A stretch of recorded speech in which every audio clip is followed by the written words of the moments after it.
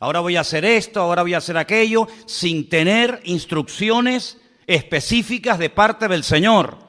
Porque vas en tu nombre, vas por impulso, vas en la carne, y eso a la larga te pasa factura. ¿Quién le dice a Israel, váyanse a la guerra y peleen contra los filisteos? Nadie. No es como en otras ocasiones que Dios habla y Dios revela su plan y su propósito al pueblo, sino que en esta ocasión Israel dice, vamos a pelear. En un golpe de impulsividad o de emoción, vamos a pelear contra los filisteos, que era una nación, que era un pueblo que estaba en la costa mediterránea, tremendamente poderoso, y se metieron en una batalla sin prepararse espiritualmente. Si no solamente no tienen una palabra específica del Señor, sino que no están preparados espiritualmente. Es más, si uno analiza el estado espiritual de Israel en aquel tiempo, no era el mejor, sino más bien todo lo contrario, era cuando peor estaban. Fíjense cómo estaba el liderazgo. Ofni y Fines, sacerdotes perversos, corruptos, que violaban a las mujeres en la puerta del tabernáculo en Silo. Personas que abusaban de su puesto como sacerdotes, quitándole a la gente ofrendas a la fuerza. El pueblo estaba en un momento terrible. No había comunión, no había relación con el Señor. El único del cual habla bien el Señor en aquel tiempo era de Samuel. Pero del pueblo, el pueblo estaba fatal. Y cuando una persona no está bien espiritualmente, ¿cómo se le ocurre meterse en batallas y meterse en terrenos donde para meterte, primero Dios te tiene que decir, métete. Y segundo, Dios te tiene que preparar espiritualmente para que no caigas herido y hagas el ridículo. Y encima, en tu mala decisión, puedas arrastrar a otras personas. Miren cómo murieron en el primer encuentro, en el primer encontronazo, 4,000 hombres. El título del mensaje de hoy es Decisiones equivocadas. Decisiones equivocadas pueden llevarnos a la ruina, a nosotros, y a países enteros, y a iglesias enteras, y a familias enteras. Y lo que me llama la atención es que se sorprenden, encima se sorprenden porque han perdido. Miren, por ejemplo, lo que dice el versículo 3. Cuando volvió el pueblo al campamento, los ancianos de Israel dijeron, ¿por qué nos ha herido hoy el Señor delante de los filisteos? Mientras yo leía esta mañana esta porción, esta pregunta más bien, ¿por qué? ¿Por qué nos ha herido el Señor? ¿Por qué los filisteos hoy nos han ganado? Me venía a la mente, pero así, otro hombre de Dios que un día cuando perdió una batalla le hizo la misma pregunta al Señor. ¿Por qué hemos perdido hoy la batalla? Déjenme que les lea un versículo. Preste atención. Josué rompió sus vestidos y se postró en tierra sobre su rostro delante del arca del Señor hasta caer la tarde. Y los ancianos de Israel echaron polvo sobre sus cabezas. Y Josué le dijo al Señor, ¿por qué nos ha vencido hoy el enemigo? La misma pregunta, ¿por qué nos ha sucedido esta tragedia hoy en Israel? ¿Por qué nos has entregado en las manos de los amorreos para que nos destruyan? Ay, Señor, ¿qué le diré? ¿Qué dirán que Israel ha vuelto sus espaldas delante de los enemigos? Porque los cananeos y los moradores de esta tierra oirán y nos van a rodear y borrarán nuestro nombre sobre la faz de la tierra. Y entonces, ¿qué harás tú con tu gran nombre? Pero espérense, la diferencia entre la pregunta que le hace el pueblo de Israel al Señor en 1 Samuel 4 y la pregunta que hace en Josué capítulo 7, Josué al Señor, es muy diferente, porque unos no esperan que Dios responda. Cuando tú haces una pregunta, espérate a que se te responda. No preguntes y respondas al momento, sino infórmate. Cerciórate si lo siguiente que quieres hacer es lo correcto o vas a seguir metiéndote más en líos. Sin embargo, con Josué fue diferente, porque él rasga sus vestiduras delante del Señor. Él dice, ¿cómo es posible que ayer le ganamos a los de Jericó, una ciudad inmensa, y hoy nos vamos a pelear contra una población, una localidad muy pequeñita llamada Hai, y perdemos. ¿Cómo es posible que al grande le ganemos y al chico perdamos? Y ahora Dios habla y le dice, escuchen, el Señor le dice a Josué, levántate, ¿por qué te postras sobre tu rostro? Israel ha pecado y aún ha quebrantado mi pacto que yo les mandé, y también han tomado del anatema y hasta han hurtado, han mentido y lo han guardado en sus enseres. Por esto los hijos de Israel no podrán hacer frente a sus enemigos, sino que delante de sus enemigos volverán las espaldas. Por cuanto han venido a ser anatemas, yo no estaré con vosotros. Levántate y santifica al pueblo. Y todos conocemos el resto de la historia de cómo un solo hombre llamado Acán, quebrantó la orden de no coger, de no llevarse nada a su tienda y traer maldición al pueblo. Y entonces cuando ellos santifican, cuando ellos arreglan el problema, se levantan, van a la batalla y vencen al enemigo. Pero en el caso de 1 Samuel 4 no sucedió así, sino que le preguntan al Señor, ¿por qué nos ha herido hoy el Señor? Y no esperan que Dios les hable. Es que a mí me sorprende algunas personas que se enfadan con Dios, se molestan con Dios porque le han salido algunas cosas mal y no tienen la paciencia y la sabiduría de decir, bueno, Señor, ¿en qué he pecado? ¿Qué he hecho mal? ¿Hay algo que tengo que corregir? ¿O sigo en la línea en la que voy y me voy a ir a la ruina yo y todos los que están conmigo? No esperaron en el Señor, no dijeron, bueno, vamos a estar un tiempo en oración, en búsqueda sincera y genuina de parte del Señor, sino que automáticamente preguntan y mira lo que hacen. Versículo 3, traigamos a nosotros de Silo el arca del pacto del Señor, para que viniendo entre nosotros nos salve de la mano de nuestros enemigos. Otro error más. Primer error, ir a la guerra sin que Dios te lo diga. Segundo error, no prepararse espiritualmente. Tercer error, trasladar el arca del Señor sin ningún mandato específico, creyendo que el arca del Señor es una especie de amuleto contra la mala suerte, creyendo que es una especie de talismán, creyendo que es una especie de objeto milagroso o de lámpara de Aladino, que en cuanto haga presencia en el campamento de Israel, todos los problemas se van a solucionar inmediatamente.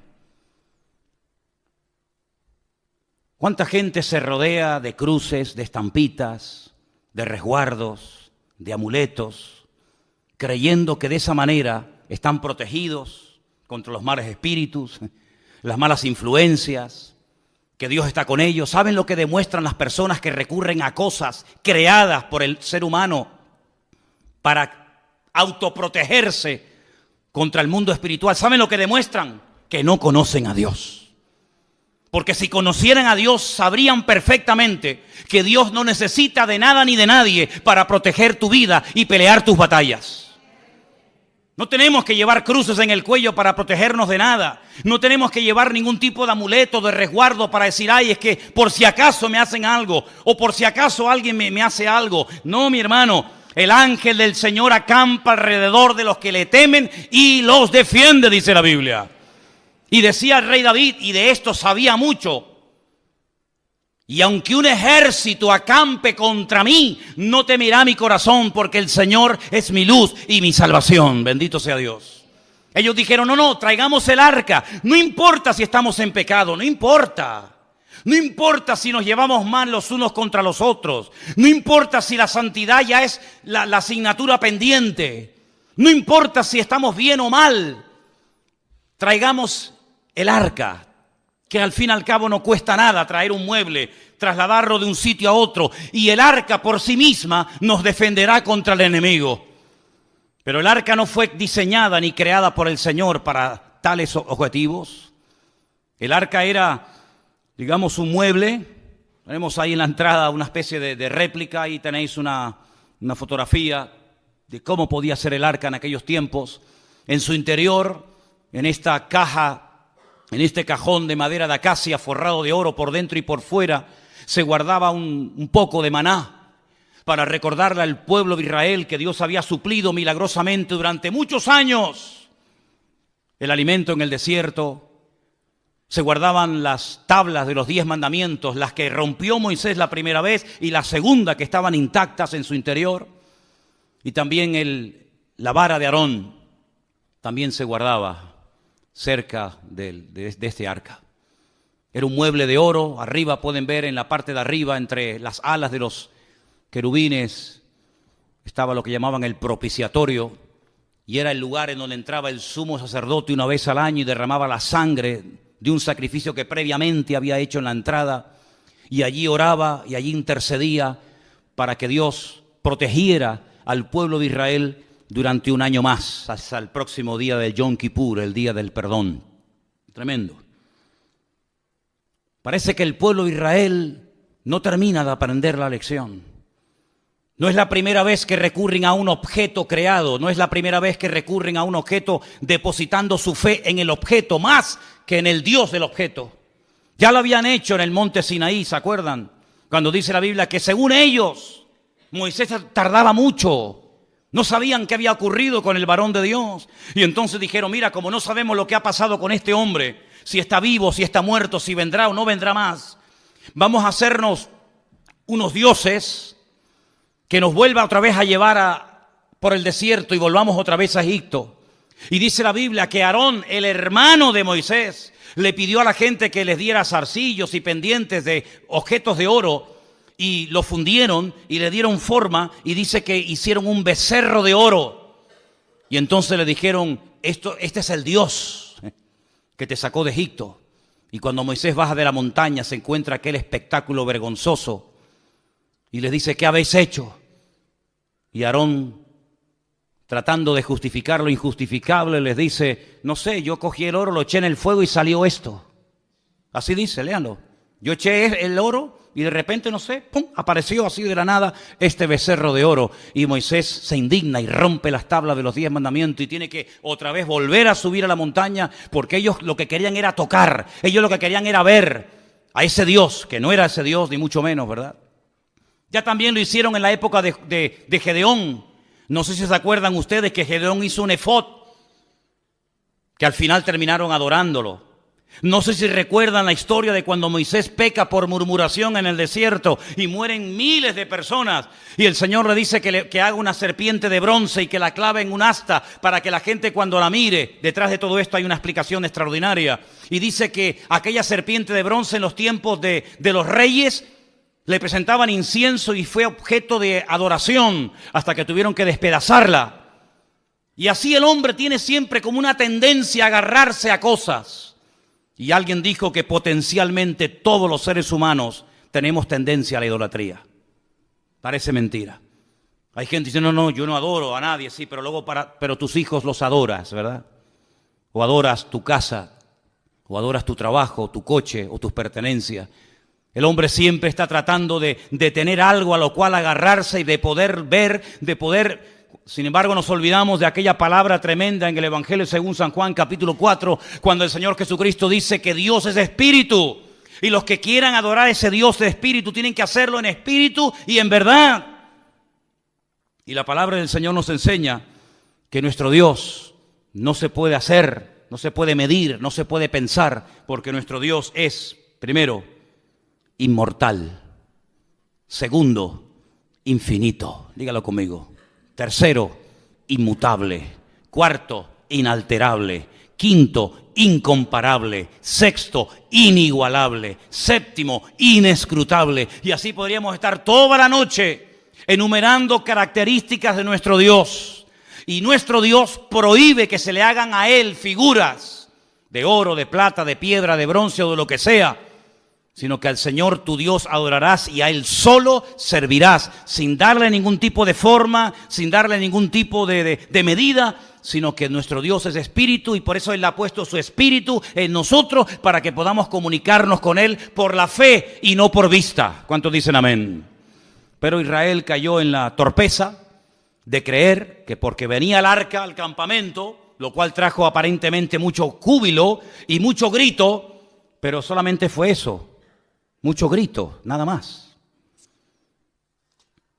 Hay algunas iglesias que a veces dicen, demos un grito de júbilo. Y después del grito de júbilo, ¿qué queda? Porque aquí gritaron, y dice que gritaron tanto que el enemigo se asustó. Y dice que gritaron de tal manera y con tal volumen que dice que la tierra tembló. Pero no hubo cambios en el mundo espiritual. Era todo emoción. Es como cuando dice la Biblia que aquellos huesos comenzaron a unirse el uno al otro y lo único que había era ruido, mucho jaleo, pero no había espíritu, no había presencia divina en lo que estaba ocurriendo en aquel lugar. Y en todas nuestras acciones, en todo lo que hagamos, pensemos o planeemos, no solamente tenemos que buscar la expectativa, el ruido, la apariencia, sino tener el aval y el respaldo divino de que Dios está detrás de la obra o de la palabra o de la acción que estoy haciendo. ¿Cuántos dicen amén? El mismo Señor Jesucristo dice, lo que yo digo y lo que yo hago, no lo hago por mi propia cuenta, sino que hago y digo lo que el Padre me autoriza y me ordena que haga y que diga. Es un sometimiento total y absoluto a la voluntad divina, en palabras y en acciones, pero en estos nada que ver. Se quejan porque Dios nos ha abandonado, porque el enemigo se ceba con nosotros, pero escuchen, si vamos un poquito más adelante, por ejemplo, al versículo 10, cuando ellos ya se creen fuertes porque ya tienen el arca de la alianza entre ellos, dice, pelearon pues los filisteos, y otra vez dice, terrible, Israel fue vencido. Ya es la segunda vez.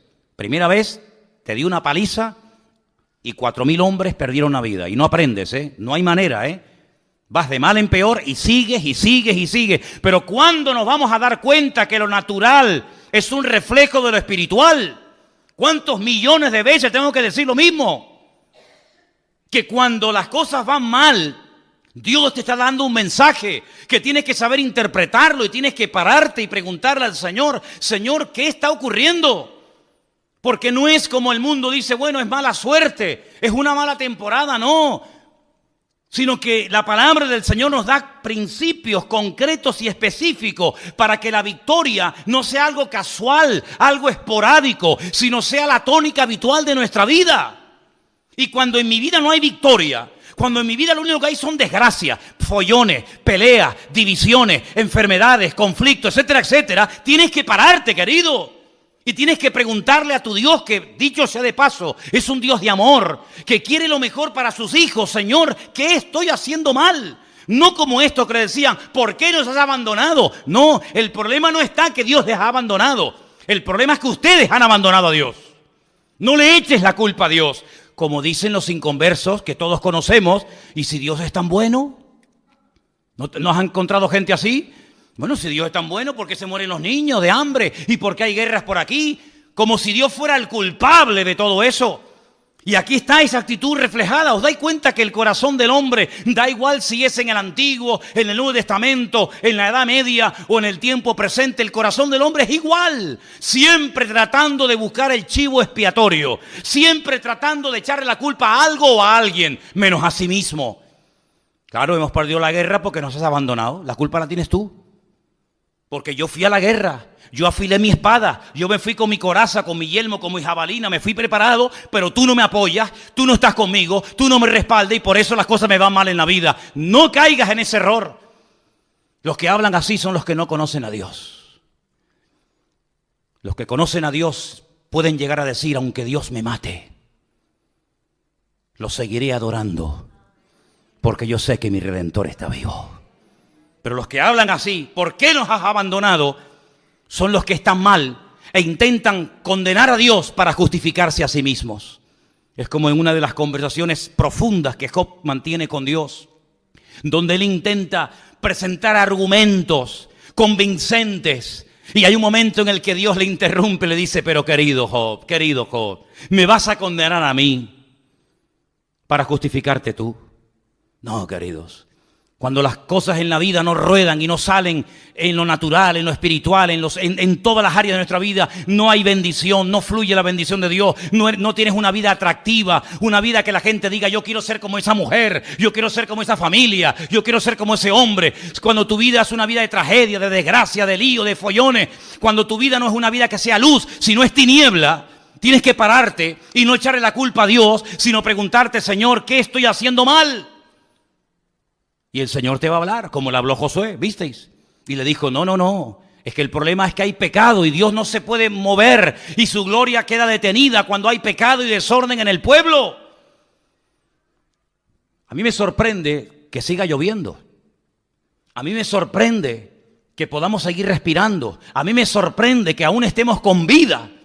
Y no es por nuestros méritos, sino es por la misericordia y por la gracia de nuestro Dios, ni más ni menos. ¿Estamos de acuerdo, hermanos? Vuelven a pelear y miren lo que pasa. No han aprendido. Hermanos, si no aprendemos de la historia, la volveremos a repetir. Así dijo David Ben-Gurión, primer presidente de Israel. Si no aprendemos de la historia, volveremos a repetir los mismos errores. Y me da la impresión de que hay muchos líderes políticos a nivel mundial que no han aprendido de la historia y que vuelven otra vez a repetir la historia y los mismos errores, y aún peor que en el pasado. Pelearon los filisteos, Israel fue vencido, huyeron cada cual a sus tiendas y fue hecha muy grande mortandad, pues cayeron de Israel 30,000 hombres de a pie.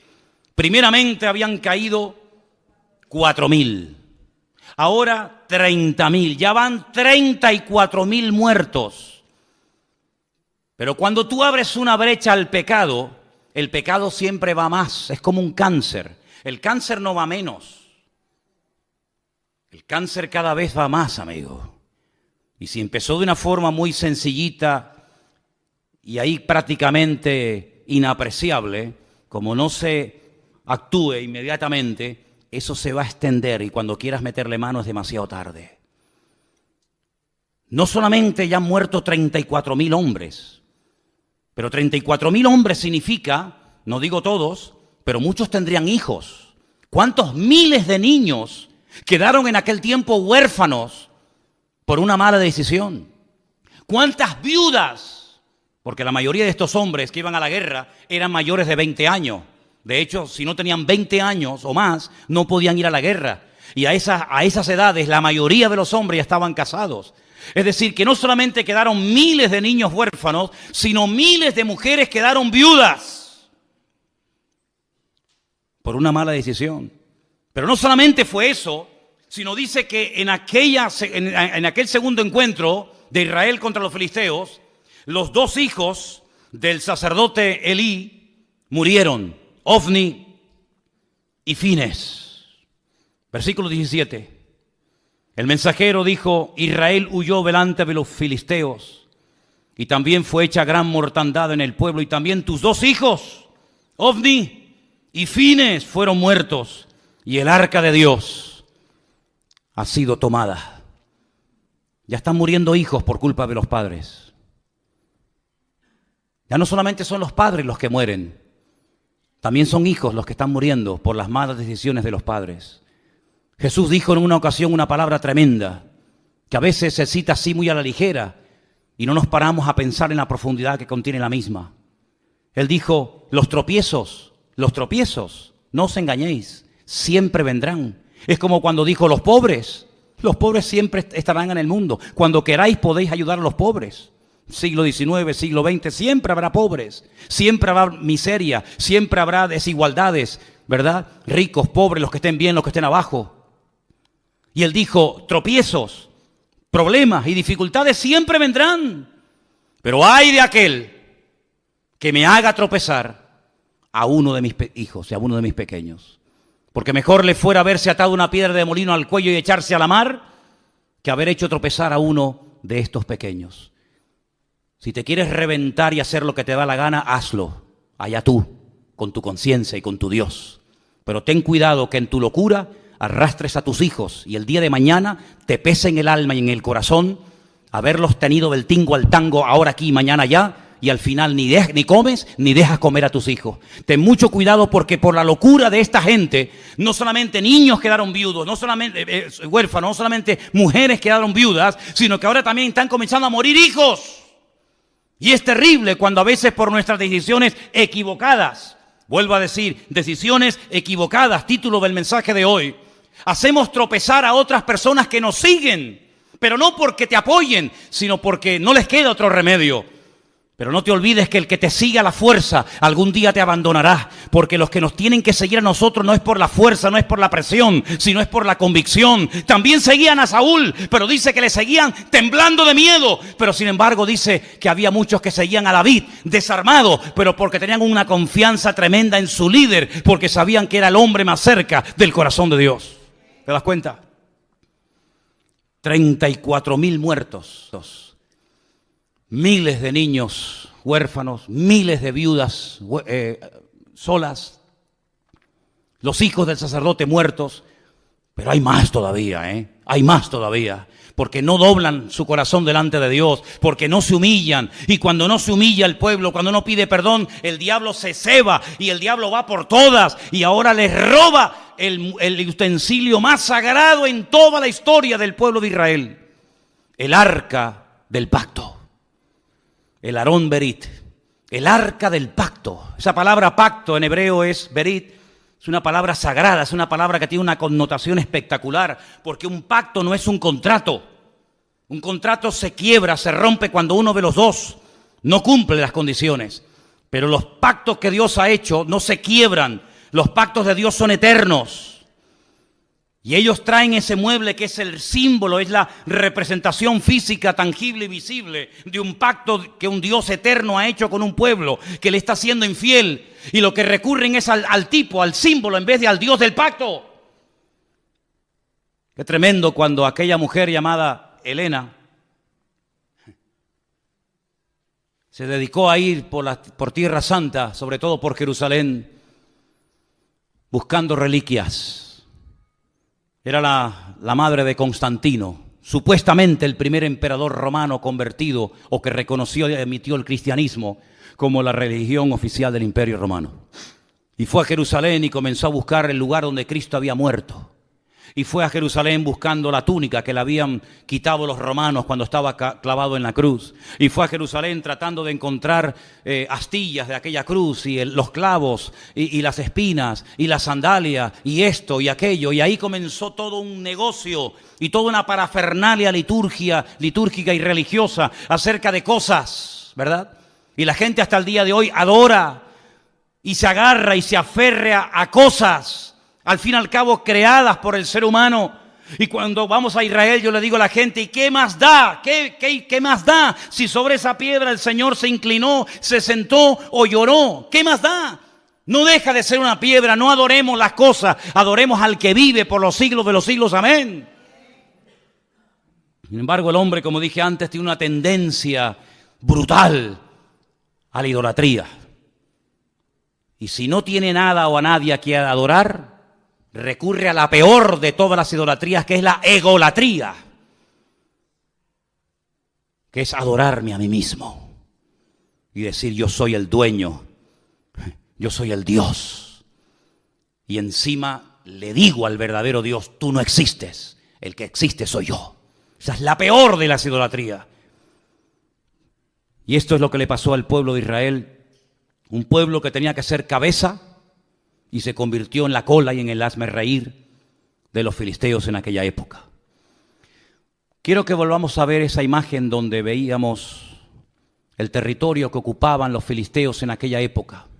Esa franja mediterránea larga, de más de 50 kilómetros de largo, en color rojo, era el territorio que en aquellos tiempos ocupaban los filisteos. Los filisteos no eran originarios de allí, no. Los filisteos eran un pueblo, la mayoría de los historiadores dicen que puede ser que vinieran de la isla de Creta, no eran oriundos de Canaán, eran de otro lugar que decidieron trasladarse en barco y tomar posesión de esas ciudades tan importantes que hasta el día de hoy existen. Por ejemplo, tal vez la ciudad más famosa que tenía los filisteos en aquel tiempo, que sigue existiendo hoy en día, es la ciudad de Gaza. ¿Quién no ha oído hablar de la franja de Gaza? A continuación estaba la ciudad de Askelón, donde murió ¿quién? Sansón, en el templo del dios Dagón. A continuación estaba la ciudad de Asdod. Estamos hablando de ciudades preciosas. He tenido la oportunidad y el privilegio, con Elena de visitarlas. La ciudad de Askelón es una belleza de ciudad, Asdod, ni te imaginas. A continuación estaba Ecrón y a continuación estaba Gat. Son las 5 ciudades de los filisteos. Las 5 piedras que David cogió del arroyo era para matar a los 5 gigantes de las 5 ciudades más importantes del Mediterráneo, en aquel tiempo dominadas por los filisteos: Gaza, Asdod, Askelón, Ecrón y Gat. Ellos controlaban la salida y la entrada de mercancías. Los puertos principales, los puertos que en aquel momento operaban, estaban allí. Y ellos podían otear al horizonte las naves que venían con suministros, y también controlaban la mercancía que salía del país. Es decir, los filisteos eran expertos en oprimir la economía del país. Eran expertos en decir, esto entra o esto no entra. Esto sale o esto no sale. Es decir, no eran enemigos que solamente peleaban cuerpo a cuerpo con Israel, sino eran enemigos que atacaban el suministro de mercancías, ¿verdad? Toda la infraestructura de los filisteos era precisamente evitar que económicamente el país prosperara, porque ellos eran los que permitían o impedían que las mercancías entraran o salieran del país. Qué interesante, ¿verdad? Cómo cada uno de los enemigos que se afincaron en la tierra de Canaán, cada uno de ellos tenía su característica. Qué tremendo cuando aquel filisteo desafía al pueblo de Dios. Lo vamos a ver más adelante en estos próximos días en el libro de Samuel. Y cómo David reconoce, cómo David discierne espiritualmente que detrás de ese gigante, detrás de esa masa de carne, detrás de ese hombre natural, hay un poder, un principado espiritual que lo que intenta es ahogar y lo que intenta es amedrentar y asustar al pueblo de Dios. El arca es robada, se la llevan los fariseos a su tierra. No es que obraran mejor que los israelitas, pero a veces, escúchame bien, los inconversos son el látigo que Dios utiliza para tratar con tu vida. Escucha bien esto que te acabo de decir. Tal vez lo has oído o tal vez la primera vez en tu vida que un pastor te dice esto. Ten cuidado, porque si no escuchas la voz de Dios, si no prestas atención a la voz de Dios, puede ser que Dios le permita a algún inconverso golpearte y humillarte para que busques a Dios sí o sí. No te olvides que Dios puede utilizar al faraón para decirte ven y toma tierras y vive de maravilla, o al mismo faraón o a otro lo puede utilizar para amargarte la vida y para impedirte y coaccionarte tu libertad. Dios puede utilizar a un Nabucodonosor para destruir a un templo y para destruir una civilización y para destruir a todo un pueblo y una ciudad, y al mismo personaje el Señor lo puede utilizar para levantarte y para prosperarte y ponerte con autoridad y con poder en Babilonia, como fue el caso de Daniel, Mesac, Abednego y Misael. No te olvides que Dios puede utilizar a un Ciro, ¿verdad?, para volver a reconstruir el templo, o puede utilizarlo para destruir el templo. En otras palabras, Dios quiere tratar con tu vida sí o sí. En esta iglesia o a la que vayas, no puedes huir del trato de Dios. Si no le escuchas por las buenas, tendrás que escucharlo por las malas. Si no le atiendes por lo espiritual, te tocará la fibra física, y si no la mente, y si no la economía, y si no la familia, pero sí o sí, Dios no se va a detener, sino que Dios tiene un propósito y un diseño para nuestra vida, y Él puede utilizar al jefe que te paga no pagándote, o puede utilizar al jefe que te paga para bendecirte y para ayudarte, o para amargarte la existencia y la vida, y puede utilizarlo para ponerte en el puesto de trabajo que anhelas y quieres tener, o para ponerte en el sitio donde jamás en tu vida te gustaría entrar y pisarlo. En otras palabras, Dios puede utilizar el martillo, la mula, el perro, el sol, la luna, las estrellas o lo que haga falta. Pero a Dios no lo va a detener nada ni nadie, porque Dios dice que no parará de obrar en nosotros hasta que Él venga a buscarnos y quite nuestras arrugas y quite las manchas de nuestra vida. ¿Cuántos dicen amén? Por eso, queridos hermanos, entremos por las buenas en el trato de Dios, porque yo dije en una ocasión, y creo que algunos lo recordarán, que al listo, con una simple mirada, capta el mensaje. Pero al tonto, ni tirándole piedras, se entera de la película. Era como antiguamente, los padres miraban a los hijos y le transmitía telepáticamente un mensaje que el chiquillo interpretaba al momento. No hacía falta traductor de Google ni vainas raras, sino que la simple mirada del viejo cuando coincidía con la tuya, te estaba diciendo o te quedas quieto o cuando vaya a casa te meto un cogotazo que te vas a enterar, malcriado. Todo eso te lo decía con la mirada. Hoy en día te manda WhatsApp, abre una página de Facebook tu viejo, te manda todo lo que quiera y no te enteras. Vamos a leer algunos versículos interesantes. Proverbios 3, del 31 en adelante. Proverbios capítulo 3, si me los ponen casi mejor. 31 al 33, perfecto. Proverbios 3, del 31 al 33. No envidies al hombre injusto. ¿Conoces a alguien que se porta injustamente contigo? ¿No? Bueno, yo sé que ustedes siempre están en otro nivel, están en una dimensión espiritual a la que yo todavía no he llegado, pero si algún día conoces a alguna persona injusta que le va bien, tiene un buen coche y tal y cual, dice, no lo envidies, no tengas envidia del injusto, ni escojas ninguno de sus caminos, porque el Señor abomina. Ay, nos habían dicho que Dios ama al pecador y aborrece el pecado. ¿No nos habían dicho eso? Pues es que eso no está en la Biblia. No, hermano. La Biblia dice que Dios ama al pecador, pero aborrece el pecado. ¿Y dónde está eso? Eso no es de la Biblia. Eso se lo inventaron yo no sé quién. Yo lo que leo es que Dios abomina al perverso. ¿Cómo va a amar Dios a un violador de niños? Tendrá que arrepentirse de su pecado para cambiarlo y para hacer algo en su vida. Pero mientras no se arrepienta, el violador, el asesino, el ladrón, el injusto, etcétera, etcétera, dice Dios lo abomina.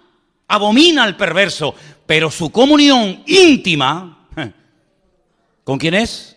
Con los justos. Y el 33, porque la maldición de Dios, ay amigo, ahora se va a dar cuenta porque hay gente que está así. Porque la maldición de Dios es real, es tan real como la bendición de Dios, igual. La maldición de Dios, ¿dónde está? En la casa del impío, de los que le han dado la espalda a Dios. Pero Él bendecirá la morada, la casa de los justos. Así es lo que dice la palabra.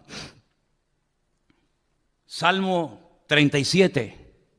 1 y 2, un salmo que le gusta mucho a Miriam.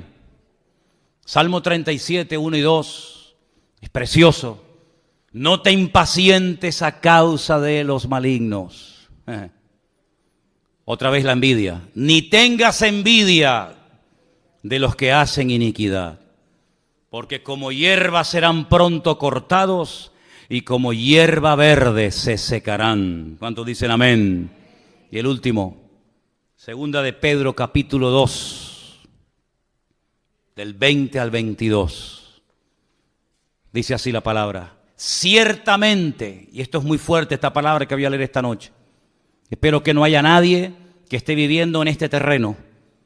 Porque mira lo que dice el Señor. Si habiéndose ellos, está hablando de gente que conoció, gente que tuvo un encuentro con el Evangelio. Si ellos, habiendo escapado de las contaminaciones del mundo. ¿Y cómo escaparon del sistema de valores del mundo? Como dice ahí, de las contaminaciones del mundo. ¿Cómo lo hicieron? Por el conocimiento del Señor y Salvador Jesucristo. Así escaparon de ese mundo. No por fuerza de voluntad. No porque dijeron, bueno, yo me voy a proponer no juntarme con gente mala, voy a intentar cambiar. No es por ese sistema. Sino que hay gente que escapó, logró salir de las contaminaciones del mundo por el conocimiento del Señor y Salvador Jesucristo. Eso está bien claro, ¿sí o no? ¿Sí o no? Dice, enredándose otra vez en ellas, son vencidos, claro. Su postrer estado viene a ser peor que el primero. Porque mejor les hubiera sido no haber conocido el camino de justicia, que después de haberle conocido, volverse atrás del santo mandamiento que les fue dado. Pero les ha acontecido lo del verdadero proverbio, que el perro vuelve al vómito y la puerca lavada a revolcarse en el cieno. Ay, amigo, más claro agua, ¿eh? Aunque usted no lea esto en hebreo, ni en arameo, ni en griego, usted lo entiende perfectamente. Yo tengo que decir como pastor, y me gustaría decir todo lo contrario, pero mentiría si lo hiciera, que nunca he conocido a nadie que se haya apartado de los caminos del Señor, que su vida haya sido una maravilla. Si así fuera, más de uno se vería tentado a decir, oye, separándome del Señor, vivo mejor. Pero es que no hay ni la más mínima tentación en los que hemos nacido de nuevo. No tenemos ni la más mínima tentación de separarnos, de dejar a Dios, de darle las espaldas. ¿Saben por qué? Porque no hay ni una sola persona, se llame quien se llame y viva donde viva, que habiendo conocido al Evangelio y al Señor, apartándose de Él, la vida de fuera mejor. Sino que el Señor los compara con un perro que vomita y se vuelve a comer lo vomitado. Y si lo compara con un cerdo que lo lava y en cuanto encuentra basura, se vuelve a revolcar en él. Y dice, y el postrer estado es peor que al principio. Hermano, si usted no entiende esto, yo ya no sé cómo decírselo. En otras palabras, este pueblo quiere arreglar externamente lo que solamente se puede arreglar internamente. Mira, no le estés regalando tantas flores a tu mujer y después la estás engañando con otra. ¿Me entendiste? Toma, mi amor, un ramito de flores. Es que yo no quiero flores, yo quiero tu corazón. Yo quiero tu fidelidad. Mira, te voy a llevar esta noche a cenar. Métete la cena por donde te quepa. Le diría alguna. Yo no quiero que me des cena. Yo lo que quiero es que estés más tiempo en casa con tu mujer y con tus hijos. Así era Israel. No se arrepienten, no buscan de Dios, no viven en santidad, no ponen sus vidas en orden, pero tráiganos el arca, que trayéndonos el mueble se arregla todo. Es como aquellos que dicen, no, yo tengo una Biblia y te enseñan una Biblia así. ¿Y para qué la quieres? Y el crucifijo, y el rosario, y tantas cosas externas, que lo único que hacen es dar una pincelada de cristianismo, pero tu corazón está lejos. Como decía el Señor, aquellos fariseos de la época, con su boca me adoran, pero su corazón está lejos de mí. Y su temor de Dios no es más que puro mandamiento aprendido de memoria, de padres a hijos, de generación en generación. El Señor, que lo que busca, señales externas, o que verdaderamente cambiemos y hagamos frutos dignos de arrepentimiento. ¿Qué les parece, hermanos? Pues eso es lo que buscaba el Señor en este pueblo en aquel tiempo, y lamentablemente no lo encontró.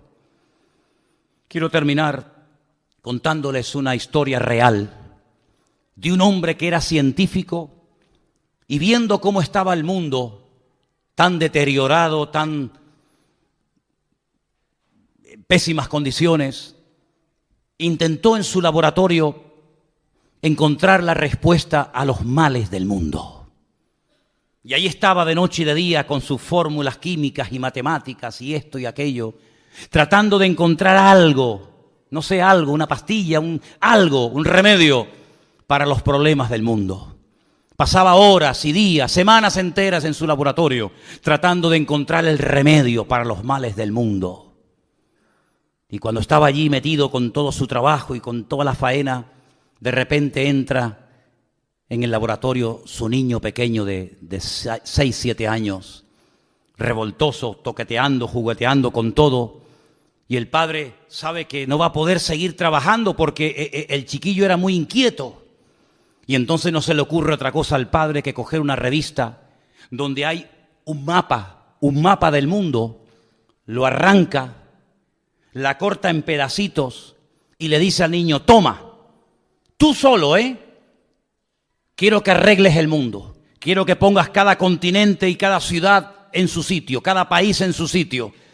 Y le da esas hojas del mapa rotas y un trozo de una cinta adhesiva para que lo arregle y se lo traiga al padre. El padre dice, bueno, ahí lo tendré aburrido y me dejará trabajar tranquilo. Al poco rato, el niño se acerca al padre y dice, papá, ya está todo arreglado. El padre le dice, no puede ser. No puede ser. A ver, muéstrame qué es lo que has hecho. Y efectivamente, le muestra el mapa perfecto, todo pegadito con cinta adhesiva, cada país en su sitio, cada continente en su sitio, todo en su lugar. El padre se queda sorprendido y le dice, pero hijo, ¿cómo has sido capaz tan rápido, sin conocer tú al mundo, sus ciudades, sus países, sus continentes, cómo has sido capaz de arreglarlo tan rápido? Y le dice, papá, es que yo no sé arreglar el mundo, pero cuando arrancaste la hoja, yo vi que por detrás había la figura de un hombre. Y entonces lo que yo hice fue arreglar primeramente la figura del hombre, que la conozco,